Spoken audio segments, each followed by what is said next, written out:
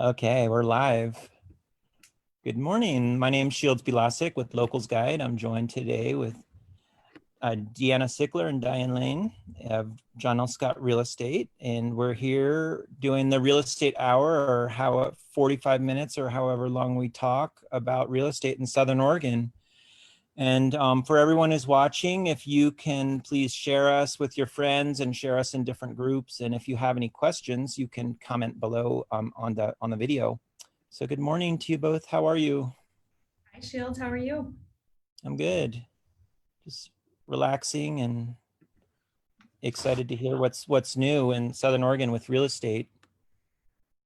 It's been good. It's been busy. Rates are crazy low, 2.5%, 2.6. I think they took a little uptick yesterday, but still well under 3%. And that's driving a lot of people to buy who hadn't otherwise considered it. So we've been good. We've been busy.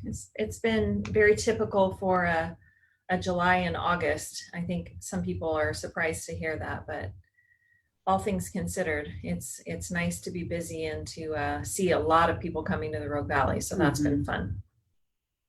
Do you feel like more people are moving to the Rogue Valley right now than normal? It's just the normal influx of interest? I think it's projected people's timeline. So people that had always kind of had an interest of coming here, the shutdown just made it more of a resolution to make it happen.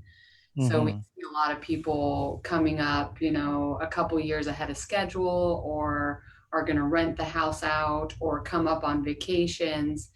Or now that everyone's working remotely, they can still continue with their job here and still make good money, but also capitalize on what Southern Oregon has to offer. But I'd say there is more people coming right now than we typically see this time of year. Not as many looky-loos, but people that are looking are actually putting an offer in and deciding to stay. That must be nice, just to get more focused people who are coming in. Yeah, it has been nice, just their resolutions to stay and to hear their stories about what's bringing them here and their dreams of what they'll do once they're here has been fun to hear about. It's also eliminating, we saw in the very beginning of COVID, agents and buyers and sellers for that matter being very selective about viewing properties. And it feels like that has made a really highly concentrated pool. The people looking are buying. Most of them have already sold, and they need to find a place to land. And so that's been just refreshing. We have a lot of inquiries, and it feels more and more like they're very serious inquiries, very focused on finding the right property, many of them on a tight time frame, either because they're already renting, or we have two right now that are in escrow and starting to realize that they may not find something and they need to look for interim housing. But it's been nice just to see that people are being very respectful of the brokers, of the sellers, of their own health too, and not wanting to go out there unless they are committed to finding a place. And so it's been good. It's been good for everybody. It just also creates this urgency because many of them don't have the luxury of waiting for more inventory or sitting this out for a couple of months. They're ready and they're only seeing 5 or 6 things and making a decision. That's got to be refreshing, though, just having people who are just ready and have everything in line. Yeah. And it'll put you all to the task of really using your skills now. It's creating a lot of, we are guiding people in advance of even going to look at property on how to be well prepared to compete, because chances are they will be competing with another offer. And so they've got to have their ducks in a row more now than ever, whether it's, pre-approval, verification of funds. We presented an offer a couple of days ago and the listing broker asked 10 or 15 questions about our buyer. We knew the answer. We have a relationship with her. We've worked with her for a while, but it reminded me of how many agents may not know that much information, about their client, because they pick up a phone, they get a phone call, they want to go look at a house, they go look at a house, they've never vetted them or spent much time with them. And it's like, that's not what's happening right now. So it's good. It's a good turn in the market in the sense of, people are serious and they're committed and they're qualified. Were June and July pretty busy for you all? Yes, July was a great, for us personally, great production. Our company, I just saw something yesterday, 99 million John L. Scott closed in the month of July. Just our Wow. local office, Medford, In Ashland, Southern Oregon. in Southern Oregon. Wow. 99 million. It's like, I read it a couple of times trying to wrap my mind around it. I mean, that's production that you don't sometimes see over an entire year. And that was the 1 month closing for the company. So it's booming. We're not the only ones that are busy. And how are you two doing together and working so intensively, going through all this with the kids? And This summer actually, I think feels more like a break for us and our families. I think just coming out of homeschooling, like it just makes you realize like our normal life, it's tough, but it's not as tough as job sharing and homeschooling and having children with you, 4 days a week, 24 hours a day. Like we've always said, we're just not stay at home mom material. Like I just think those women could knock the socks right off of me. I have to get a break. I have to be Diane. And so this summer has just kind of been so refreshing for us because we're back working together, going camping or boating, or DeAnna's oldest is playing baseball. And so I feel like we're really enjoying the things maybe we took for granted for a while. And this summer is a little bit less hectic because not all four of them are playing sports. It's just one. And so it's exciting to see him out on the field and him being able to do it when the other three have nothing going on. But it's also refreshing to be like, okay, let's enjoy this season because it will change. It will go back to crazy 4 kids in sports and running around. But I think for right now, we're just kind of enjoying the new, I will refuse to say normal, the new, just streamlined, little bit less chaotic. you had talked about that originally, Diane, when we talked about just people feeling like many of your clients were just more rooted in what was important to them. And I think if anything, it's given everyone a lot of time to reflect on what's really important and where their time's going. And like, if you get that baseball game with your kids, it's even more valuable now. And yeah, big I feel like change. And you get to go camping, like, woo, oh my God. the Super parks are exciting. open, the boat ramps are open. And it's funny though, I think a lot of us took a lot of that for granted. And so I am just trying to keep that perspective. And that's nice that that goes into your line of work too, with just the quality of relationships with your customers, coming more prepared. And I totally can't imagine, talk about what DeAnna's talking about, knowing all that information ahead of time. It just saves all that time, less hassle, being prepared ahead of time. And you all have got so much experience of already working that way that Yeah. you're now just you've been in the groove, and now it's getting really put to the test for sure. When people depend on it the most, because I'm sure if a mistake is happening right now, it could be pretty upsetting and dire for people when they're under so much pressure. Well, and we're learning, in this situation, the agent that was asking me all the questions, the buyer is relocating from out of the area. She spent 4 days with us. And during those 4 days, I think there were 25 houses that she viewed, because she was trying to decide which community she wanted to be in. Was it going to be Ashland, Talon, or Medford? And toward the tail end of that, I was really appreciative, and so was the client, about the way our team approaches things, because she got Diane for a couple of days. Linda showed her some homes. I showed her some homes. And so the three of us together were able to just divide and conquer, but cover a lot of property in a lot of the valley while still maintaining the escrows that we have and still, assisting other clients. But right now, timing is everything. And she was on a very tight time frame to locate something. She'd already given her notice where she was departing and wanting to get here and get settled. And so it was nice to, she was referred to us by somebody through a past client, but then also reinforced through one of the local Ashland websites. And she interviewed brokers and she made a decision and she went with us. And it was just nice to kind of walk her through the various areas. She's never bought a home before. She's extremely detailed. And so it was just, I was super appreciative that as a team, the three of us were able to provide her and be refreshed every time we were with her, even though we were seeing triple the number of homes that most people look at. So yeah, it was nice. It was reinforcement of the systems that we have in place and why they serve our clients well. And then when I got the onslaught, for lack of a better word, of questions, it was like, I know those answers because we have just spent, the better part of this week getting to know this person, and this is why she has chosen this house. And and in the seller's defense, they had had two other buyers back out for what appeared to be no reason at all. And so their broker just said, they're feeling a little shy about this process. And we want to know, is this gal committed? And is this something that she's taking seriously? And it was like, yeah, here's what we did over the last week while she was here, and, why she landed on this home. And so that was nice to feel like we actually knew we had this relationship with her. And that's how we prefer to run our business anyway. But it's not always the case, because that broker, you could tell she was frustrated because the two previous agents didn't really know for sure. They didn't really seem to know their client nor their level of commitment. And then when it fell apart, they couldn't really explain it.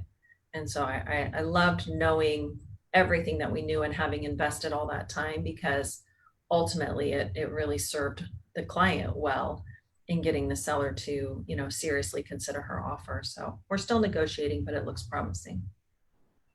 That's good. There's so much complexity to the relationship and networking that you all do, as you're talking about.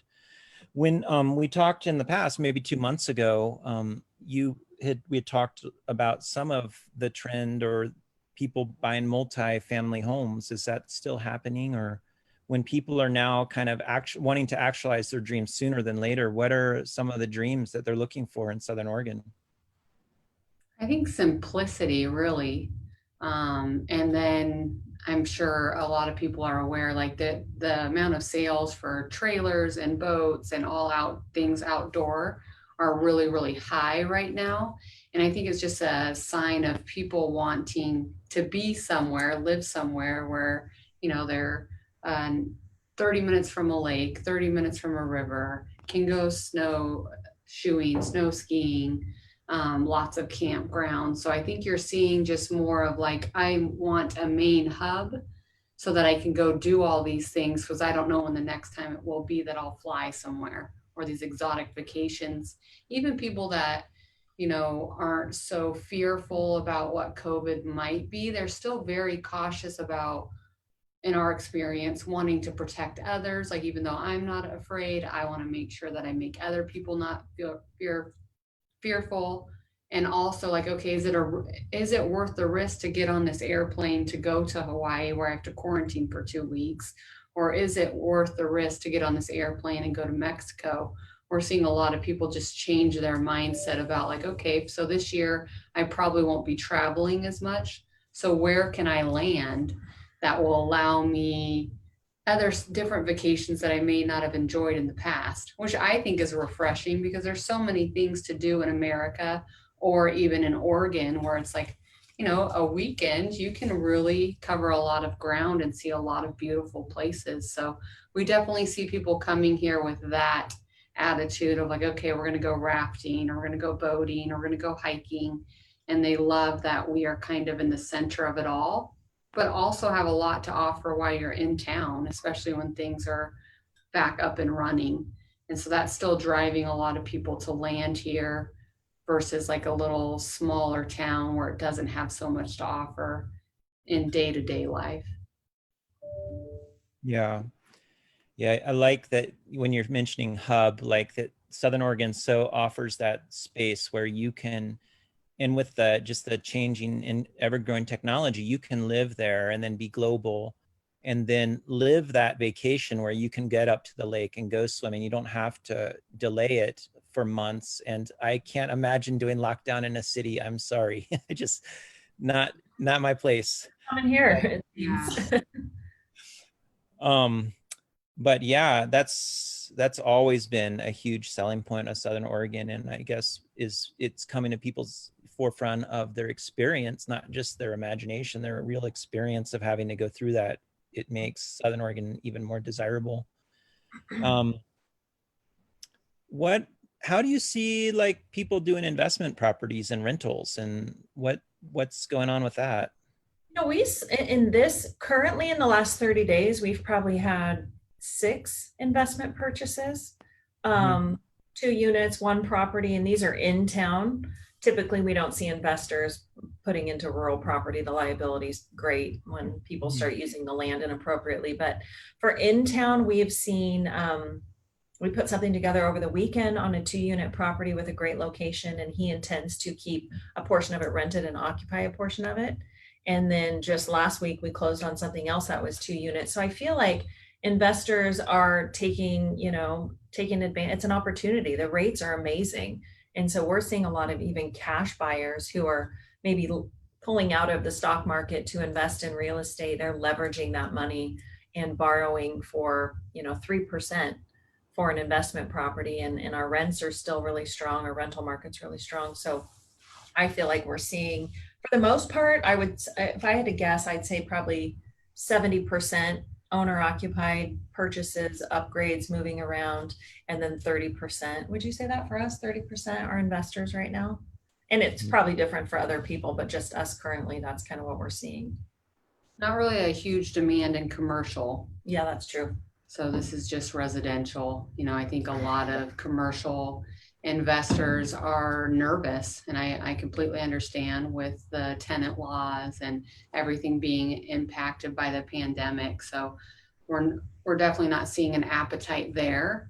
But as we all know, people always need homes, and for the most part in Southern Oregon, tenants are making their rental payments, and so I think they are trying to capitalize on people moving here that aren't quite ready to buy, that need these rentals, and there is still a high demand. We helped a client close in June in a property in Talent, and before the property management company even advertised it, it was rented out just by word of mouth. Wow. Yeah. I would like to ask you all to talk about just the level of experience with your buyers. You've worked with people from the beginning stages who've never purchased a home to very experienced buyers. And I'd love for you, like when I'm listening to you, one of the things I'm thinking about is in this crisis, it is, a crisis for many and it's an opportunity for others. And you and your team, you've always had a great team around you of allies and helpers and people who are listening and interested of how to move in this new change we have right now. You can help them, and I'd love to hear about how ways in which you're using your team and helping people to navigate this to make it to their benefit rather than just the crash and burn. Mm-hmm.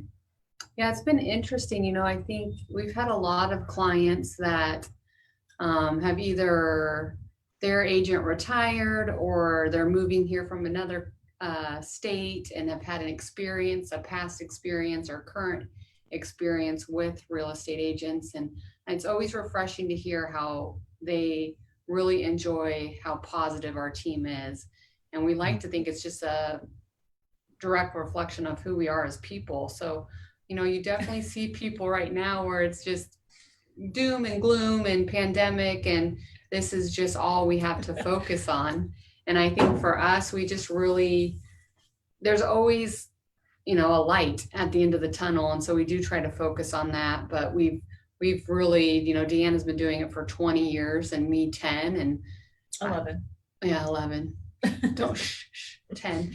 And so it's interesting to just that we've created our people and we've respected them and we've treated them fairly. And so we have people that when we don't know the answer, we can give them a call. We have home inspectors that really have our back and we know are going to work hard for our buyers. We have good relationships with agents where we can just call and say, hey, I'm going to represent my client as best I can, but we all have the end goal of closing. So how do we do this together? And it's nice that it's not as adversarial as some other relationships can be. And I think that's really paid off for us. And the client DeAnna was talking about earlier, it was so sweet. She just said, you know what? This is the most fun I've had looking at homes. And I was like, oh my gosh, if you're not having fun looking at property, this is like the biggest experience, the biggest amount of money you're going to spend most likely in your lifetime. It should be fun. And so we try to sprinkle in like statistics, fun, and just trust, I think is really where it comes down to, that we aren't afraid to ask our clients the hard questions. And because we can't guide you until we know what you're really going through. And so we've learned how to do that respectfully, lovingly, and kindly, but with their best interest at heart, which is, okay, how long are you going to live in this house? Oh, you're only going to live here 2 years. This is not a good investment. Let's redirect you this way. So when you call me in 2 years, I can sell it, and for more than what you bought it for. And so those are things where it's, I think, hard for some people to ask their clients those questions, but it pays off in the end every time. And so we've just learned that getting uncomfortable is okay. It leads to growth, no matter what it is for us as our team or for us and our client.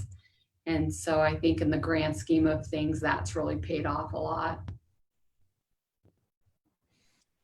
And you're working with people on all levels of from beginner to expert, and just we attract, we have repeat clients, so obviously they're second, third, fourth, sometimes 10th time down this process, or in this process down this road. But we also get a fair number of first-time home buyers. Either they've been referred to us by family friend or lender, or like I was saying, that gal that is a first-time home buyer was referred to us from, I think it's the Ashland Mama's Medicine Wheel. It was one of the local Ashland Peeps pages. And first-time home buyers are some of our favorites. I think a lot of people are surprised to hear that. I think people assume that higher producing brokers are focusing on price point or price band or commission. It's like the worst thing to hear is when someone goes, oh, well, I didn't think that you would want to help me because I can only afford X.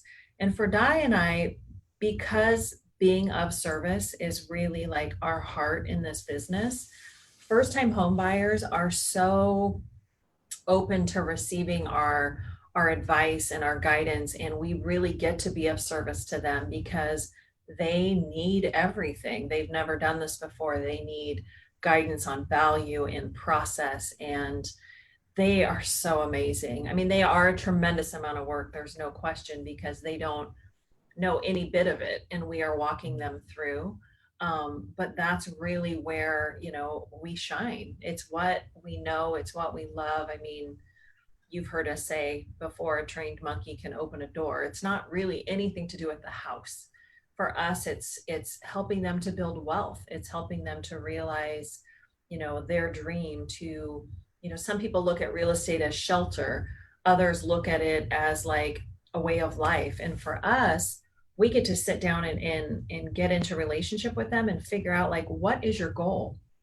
And then how can we guide you in that? Because some are only looking for return on investment. And so they need to make sure their money goes into a place and they buy smart. So when they go to sell it 2 years, 3 years from now, it not only was a place for them to live, but it also grew wealth for them. Other people say, I don't really care what this house is worth in 10 years because I expect that I'll be dead and it will be my kids' problem, and we're like, okay, let's find something that you love and that brings you joy. But for us, it's just so refreshing to build that trust, have that relationship, and then say, how can we best serve you? And because we're a team, one of us could gravitate or feel like they relate better to somebody than the other. And I mean, we work together on everything, but it enables us to sort of be in the role that person might need at that moment. And Diane, like, she's more of a critical thinker on a lot of things, running numbers and crunching this and crunching that. And sometimes I'm not, but then, I'll resonate more maybe with somebody who's looking at it from a more it's all over the map. But for us, we get to meet them together, they get a feel for who we are. We get to figure out, you know, how best to serve them. And so, yeah, it's nice. It's fun to work, you know, every price point because it keeps us really well-rounded too. Mhm. I mean, we've sold $90,000 condos and multi-million-dollar estates, and every one of them's different. And some of them are far more complicated than the others. And some of them are just a gift. And somebody calls, they look at one house, they said, okay, great. What do you think I should offer? And, you know, then you just kind of hit the ground running. And others you work on for 3 months and they decide they're not living here. Mm. Yeah, I mean, it happens. It's part of the process. You know, something I've always, in our relationship together over the years and knowing you two and observing, you know, I've just observed you both as so resilient and so entrepreneurial, and also in your focus, you're always looking for the solution, even in the hardships, and your jobs just like continually present you with like puzzles to solve, and like, how do you figure this solution out and make the positive happen? And I'm always observed both of you doing it in a positive. So it's not just a win-win, but a win-win-win for everybody. And it's been a really neat thing to observe. And my question is wondering, like, obviously, like, I don't know what the saying, necessity is the mother of invention. Like, now we've had this condensed cultural pressure and world pressure on us. How have you each like observed both of yourselves changing, and what do you observe in one another that you're like even more appreciative? Oh, wow. That's a great question. You go first. I think, you know, I used to tell my husband when I started this job, I had no experience. So I came and was working with the best of the best. So I would leave every day feeling like an idiot.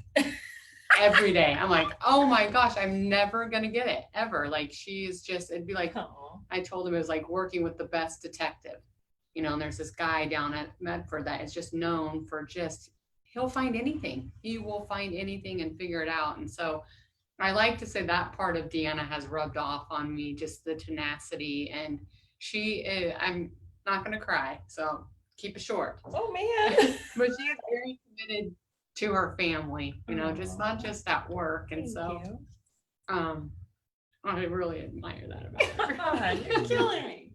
Oh. I'm always so impressed. I'll email DeAnna like at 3 a.m. or 5 a.m. and immediately get like a reply back. I'm like, oh my gosh. And you never miss a beat when I'm sending you proofs for the magazine. And you're like, you woke me up, Shields. Yeah. I don't sleep actually. I sleep from about 8:30 p.m. till about 1 in the morning, and then it's maybe it's like 10 to 1 now. It's coffee and locals guide. That's all I'm doing. Coffee and locals guide.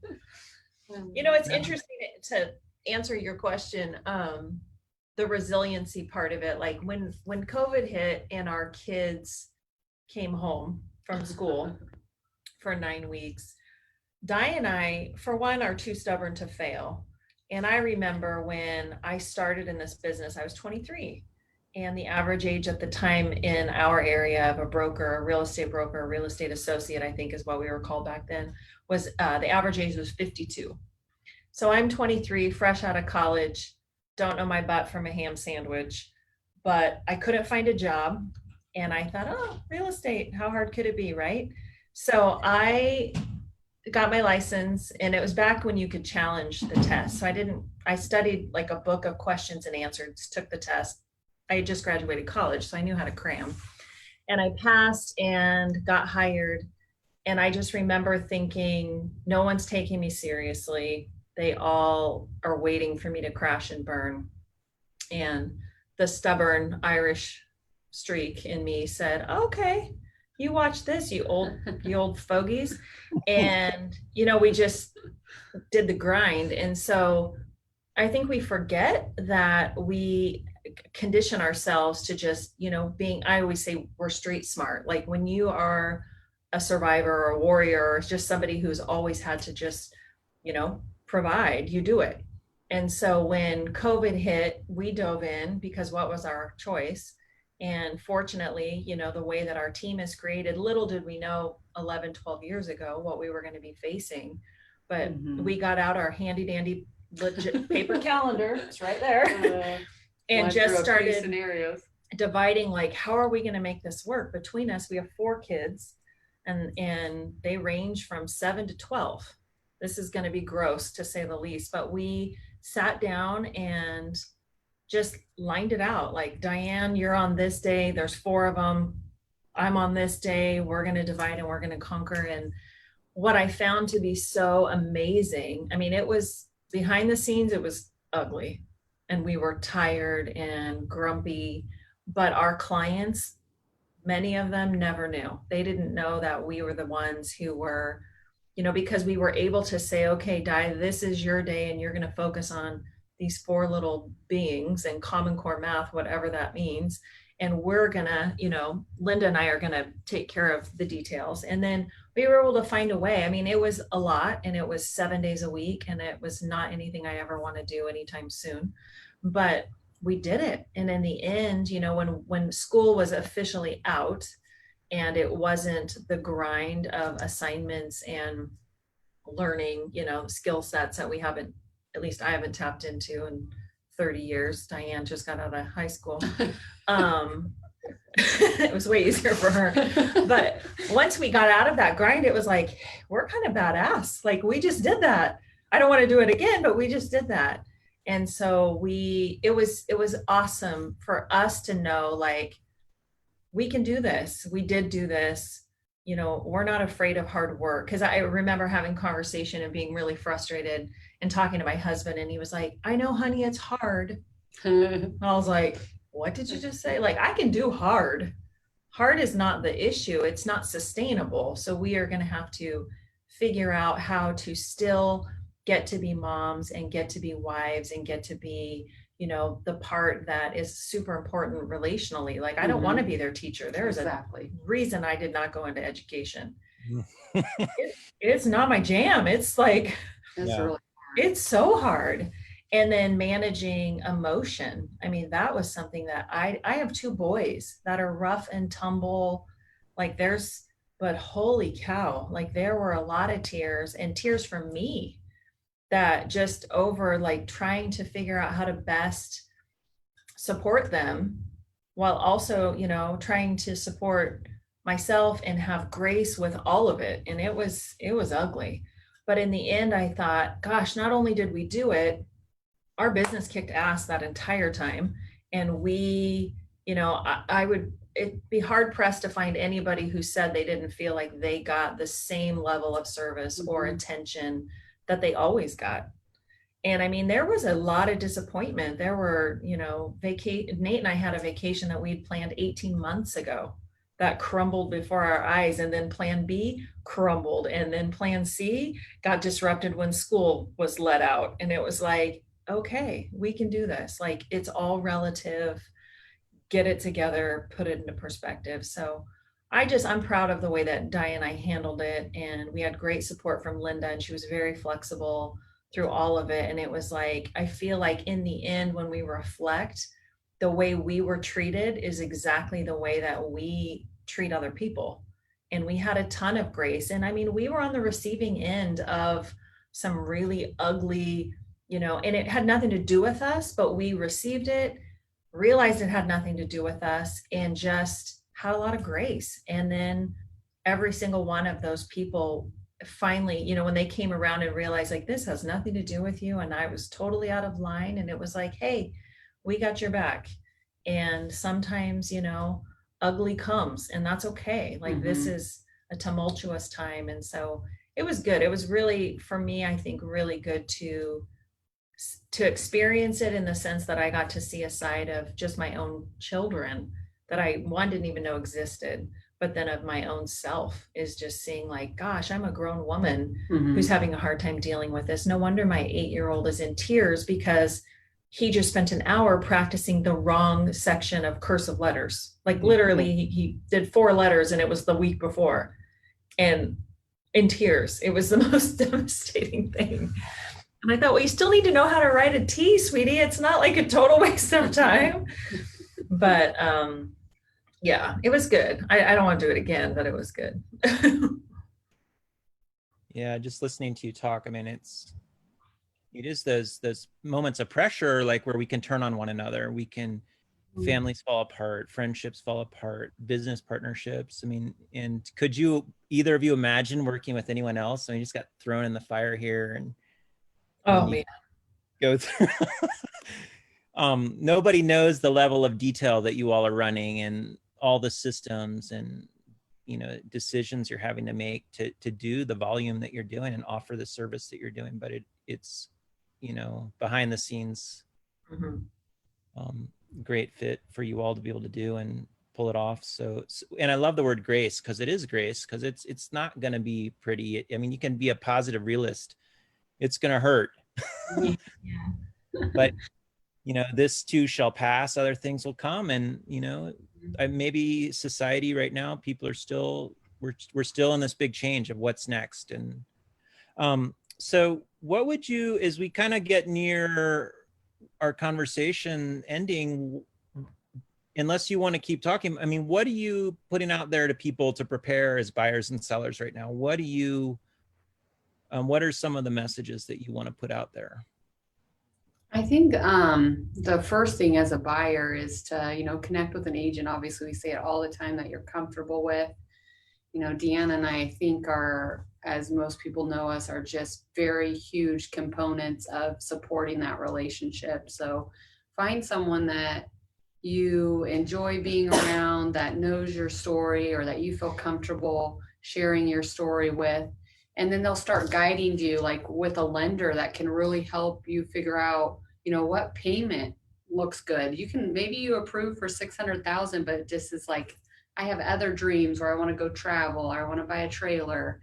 And so those are, I think, the first thing as a buyer is to get comfortable with what does the lending side look like, and then going out and looking at property. You know, be prepared that until you get into for the most part, until you've seen about 7 houses, there's always going to be this kind of gut check where, like, is this really the one? And that's normal. Like, that's why we get you into a few more. It doesn't mean you don't come back to the first house and say this is it, but it's completely normal to go check out other properties, so then you can know, like, okay, this is why this house is 80% what I've been looking for.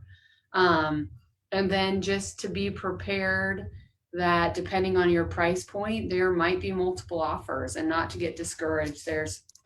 Your agent should be able to guide you on how to put you in the best light on those multiple offers. There's things that our team does to really position people well, and don't want to share all the secrets, so I won't say what they are, but that's really helpful right now in knowing how to get your buyer first in line, especially when inventory is just so low. So a lot of those numbers we were talking about, a lot of properties being sold before it's hitting the public eye. And so you need to know that your agent is working, but they also need to know that you have their back and that you're going to be their first phone call. But you have to have a relationship with them, because if you're not dealing directly just with your buyer's agent, it doesn't reward them at all to give you a call for then you to be working with someone else too. They're most likely going to make a call to someone else that has their back, because, you know, we work for a reason. It's to feed my kids and to send them to school. And then as a seller, I think it's just really having the conversation of where your goals are. You know, where are you moving from here? Have you checked out that market? Do you have an interim housing available? Are you going to travel for a year? How do you deal with under stress of selling a property and getting it cleared out within 45 days? What's your risk tolerance level?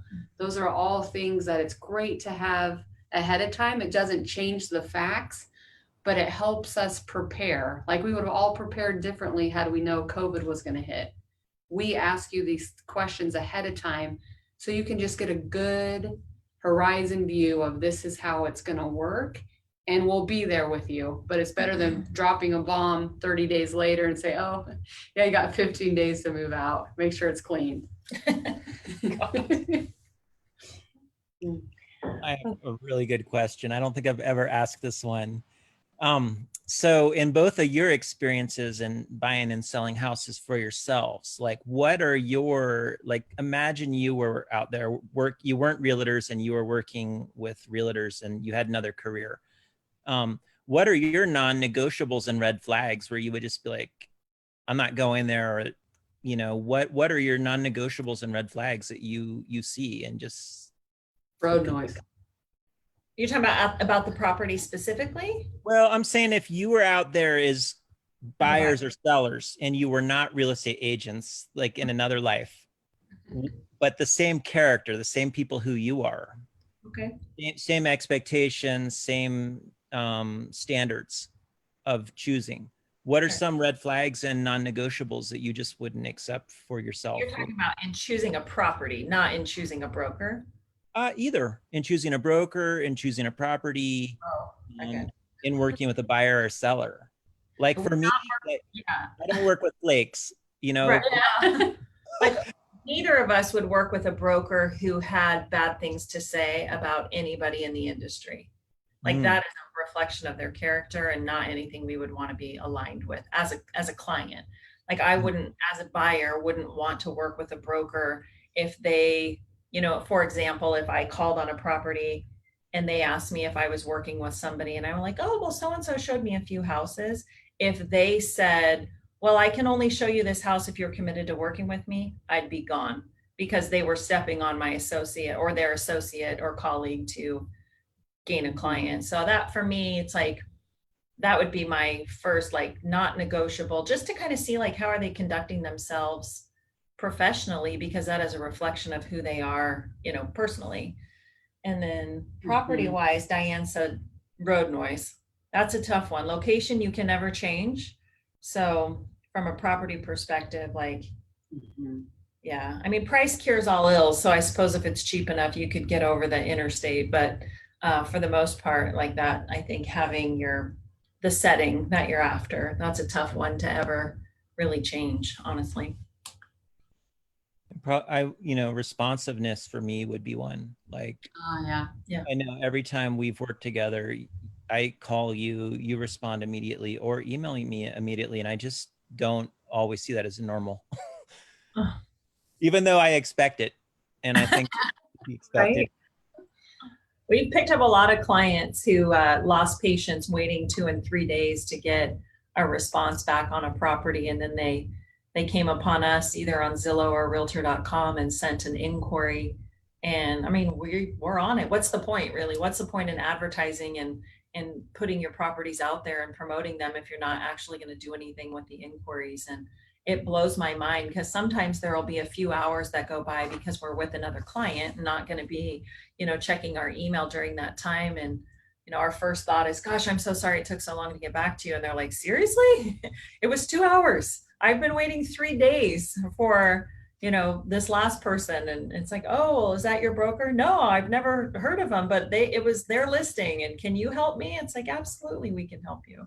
So that's good. That's good feedback. I think that's huge. That's very simple. It seems like a very simple way of being successful is return your phone calls, respond to your emails, do what you say you're going to do. Seems simple.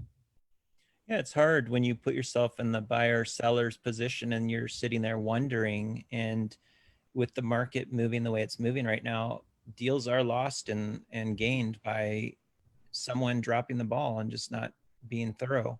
So, yeah, good reminder. Is there anything else you all want to share or talk about? And I think so. I don't know, just thank you for each one of you that have supported us and our families. We're just really appreciative this year and very, very grateful for the business we've built and the community we live in. And it's just still a great place to live. Like it really, really is. I love that I get to go walk outside and have no fear, no matter what part of town I am in. And just the kindness that we see people exhibiting is just really refreshing to us. See, she's the optimist. Realist. I'm a realist. Oh, realist. Sorry. Hopeless romantic, something like that. I was gonna, you know, I have one more question, which is, you all really know a lot more than the Valley. Some people only stay in Ashland, some people only stay in Talent or Jacksonville, but your business is really in all the different towns in Southern Oregon. How does it all connect? What are some commonalities you see? I mean, people are just as interested in the outdoors and have similar values. A lot of it's going to end up ultimately be price driven. I mean, people who want to be in Ashland but maybe can't quite afford it realize that talent is a great alternative. We have owned personally between us owned properties pretty much, I think.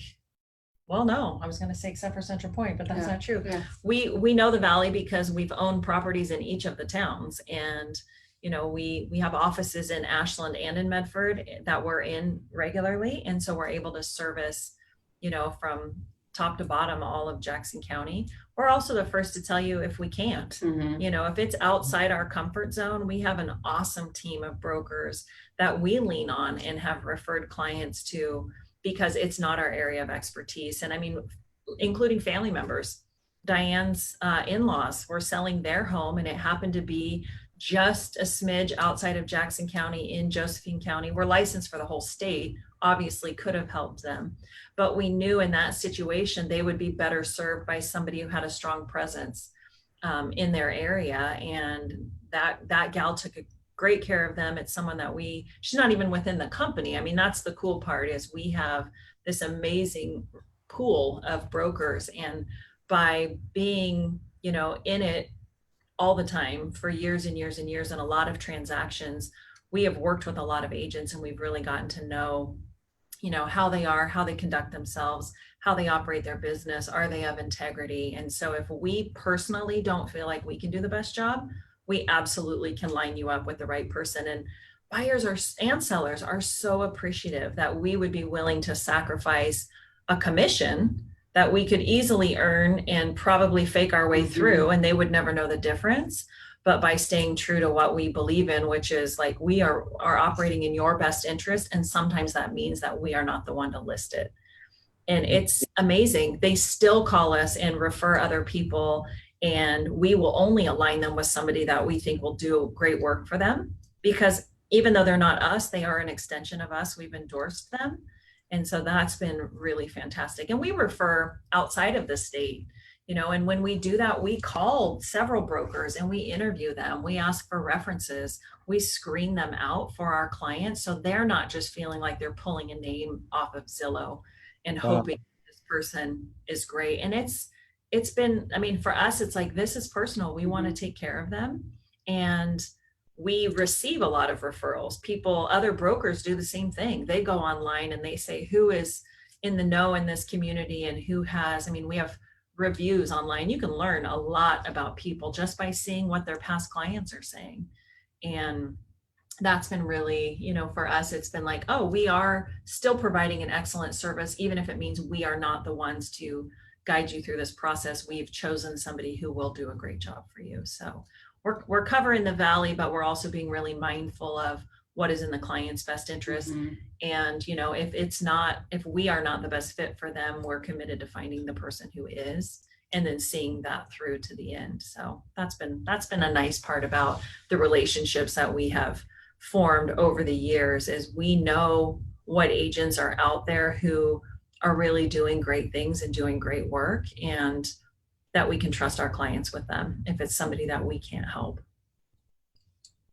Awesome. That's an amazing level of service. And so that, it's kind of that question, like asking a great cook, where do they like to go to eat in the restaurant? Yeah, I love that. Yeah. Well, great to catch up with you all. Have a wonderful day. And if anyone who's listening, will you all just share your contact information real fast so we can have that out there? Yeah. DeAnna Sickler and Dyan Lane at John L. Scott. Like DeAnna mentioned, we have an office in Ashland and in Medford. The best number is 541-494-5353.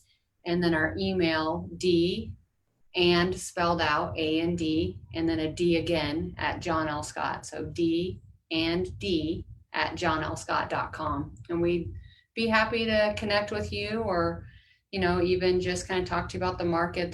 I think you've figured out from our personalities, there's never any commitment. It's just us really having a passion and a calling to do real estate and to do it well. So hopefully we'll hear from you. Nice. Great. Thanks, Shields. Thank you. Have a good day. You too. Bye. See ya.